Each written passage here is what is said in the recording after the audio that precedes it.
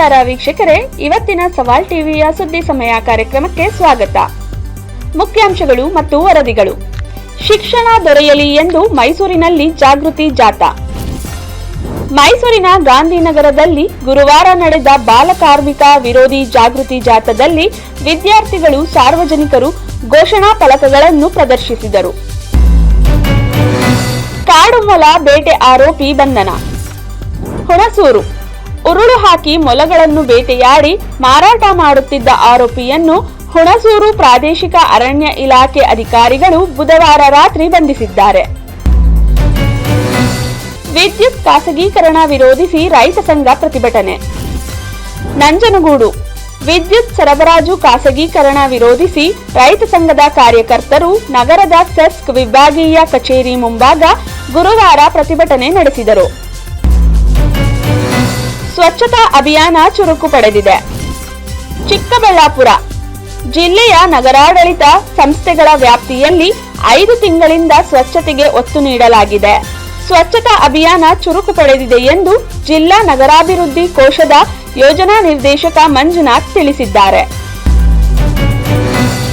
ಆಗುಂಬೆ ಘಾಟಿಯಲ್ಲಿ ಭಾರಿ ವಾಹನಗಳ ಸಂಚಾರ ನಿಷೇಧ.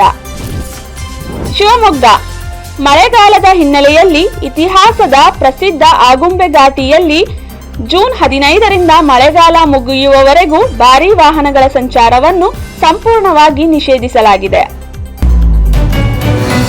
ಅನುದಾನ ಬಿಡುಗಡೆಯಲ್ಲಿ ಉದ್ದೇಶಪೂರ್ವಕ ಯಾವುದೇ ತಾರತಮ್ಯ ಮಾಡಲಾಗಿಲ್ಲ.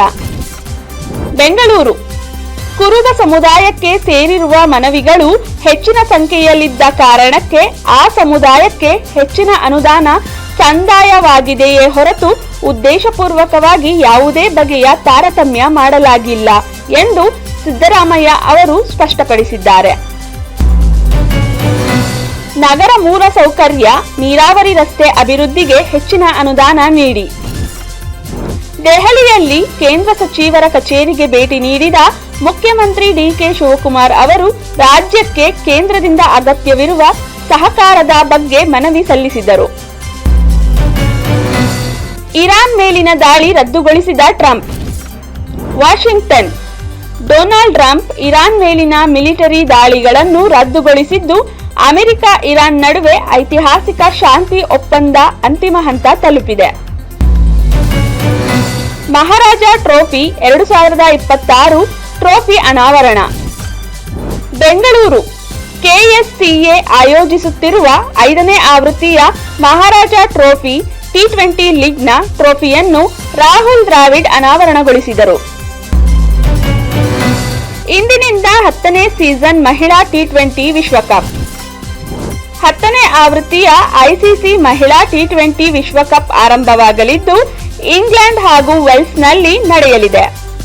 ಇದಿಷ್ಟು ಇವತ್ತಿನ ಸುದ್ದಿಗಳು. ಹೆಚ್ಚಿನ ಸುದ್ದಿಗಳಿಗಾಗಿ ಸವಾಲ್ ಟಿವಿಯನ್ನು ಸಬ್ಸ್ಕ್ರೈಬ್ ಮಾಡಿ. ಈ ವಿಡಿಯೋ ಇಷ್ಟವಾಗಿದ್ದಲ್ಲಿ ಲೈಕ್ ಮಾಡಿ, ಶೇರ್ ಮಾಡಿ. ನಿಮ್ಮ ಅನಿಸಿಕೆಗಳನ್ನು ಕಮೆಂಟ್ನ ಮೂಲಕ ನಮಗೆ ತಿಳಿಸಿ.